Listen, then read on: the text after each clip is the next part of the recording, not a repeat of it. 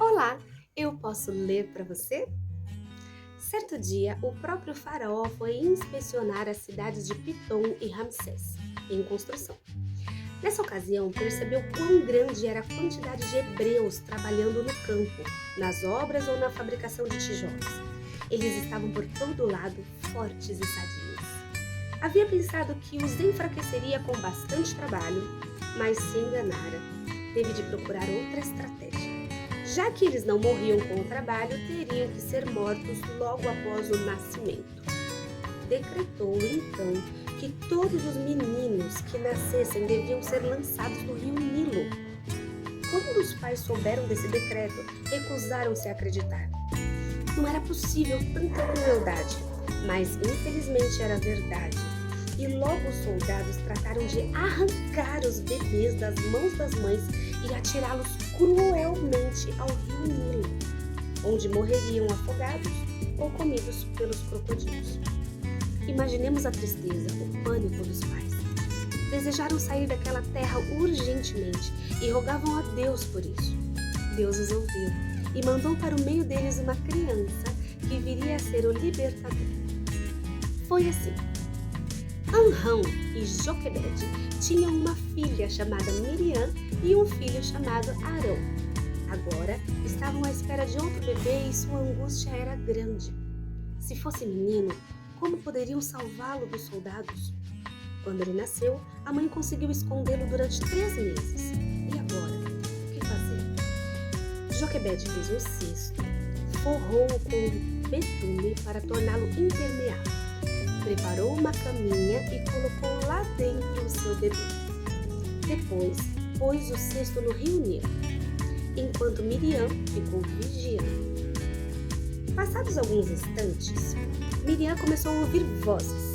Era a filha do faraó que vinha tomar banho no rio com as suas criadas. A princesa viu o cesto e mandou buscá-lo. Quando abriu, viu um bebê. Ficou muito comovida. Não teve coragem de deixar aquela criança morrer.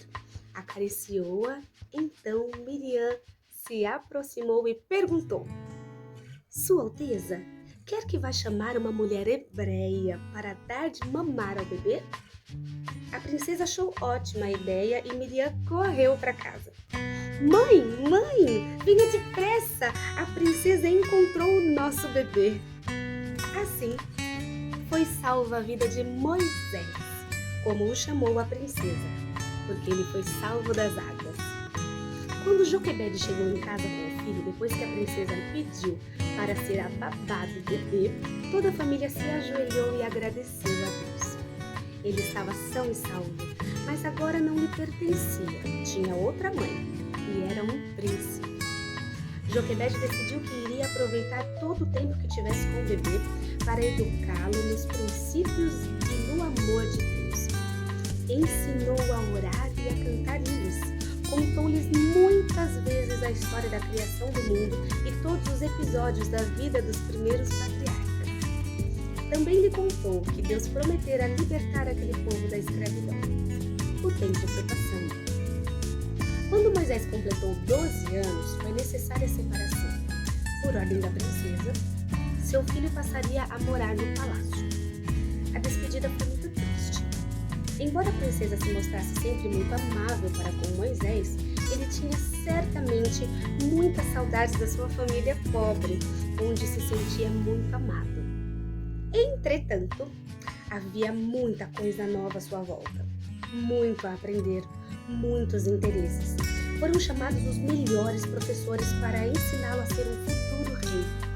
Era fisicamente forte, inteligente, perspicaz e mostrava características de grande líder.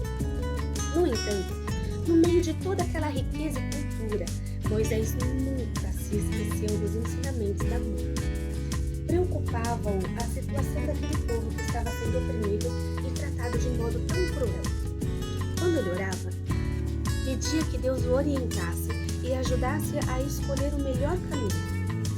Deveria renunciar aos privilégios, ao trono e preferir ser maltratado com o povo de Deus?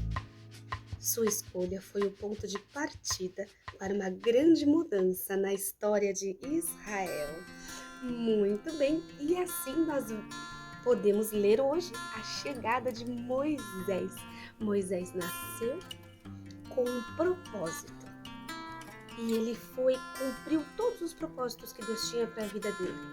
E um dos propósitos era que justamente ele fosse educado, treinado, fortalecido como um grande guerreiro, como um grande homem perspicaz, para que depois, futuramente, ele cumprisse o grande propósito de Deus, que era o de libertar o povo daquela escravidão. Todos nós nascemos com um propósito, você pode ter certeza disso. Às vezes a gente olha a vida de um homem assim, na Bíblia, ou de algum grande pastor, algum grande missionário, alguém famoso da televisão, e a gente pode pensar, nossa, essa pessoa tem um propósito tão bonito. E eu? Qual é o propósito de Deus para minha vida? Pois saiba, o Senhor Jesus conhece todas as coisas, foi Ele que te criou. E Ele sabe por todos os caminhos que você vai andar. E Ele vai com você. E Ele vai te ajudar e Ele vai te preparar para um grande propósito.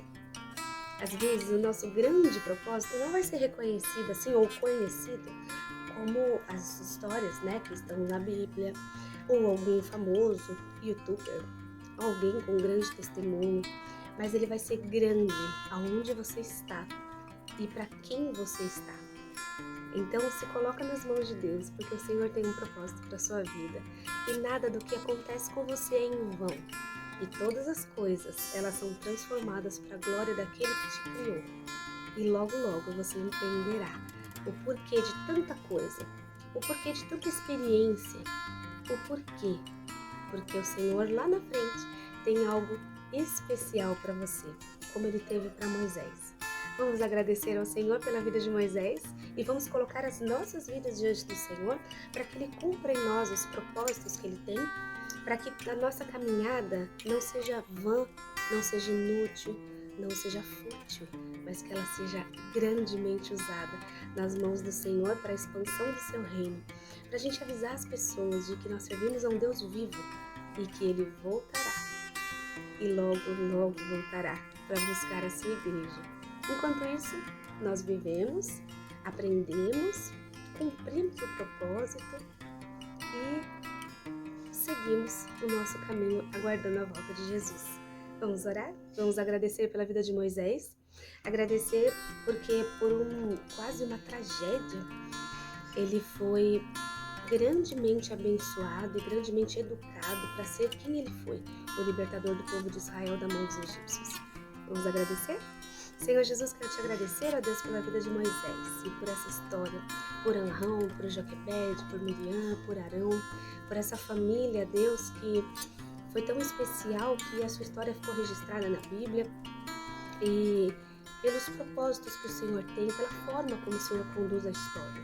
Às vezes nós não entendemos, nós ficamos assustados ou a gente pode pensar que o final de tudo é morte, mas Deus, o Senhor tem vida.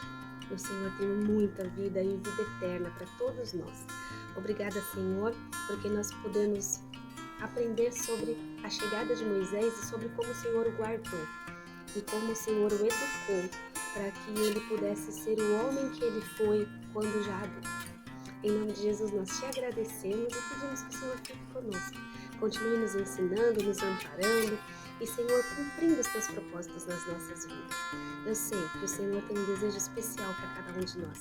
O Senhor conhece cada um de nós pelo nome e o Senhor sabe quais são os nossos potenciais. E o Senhor tem um caminho perfeito, um caminho de paz e um caminho de vida eterna para cada um de nós. Muito obrigada, Pai. Em nome de Jesus. Amém. Muito bem. Nós vamos continuar aprendendo sobre Moisés e como que ele precisou fugir para depois voltar. Então fica comigo e a gente se vê no próximo episódio, continuando a história de Moisés e da libertação do povo de Israel. Um beijo e até o próximo.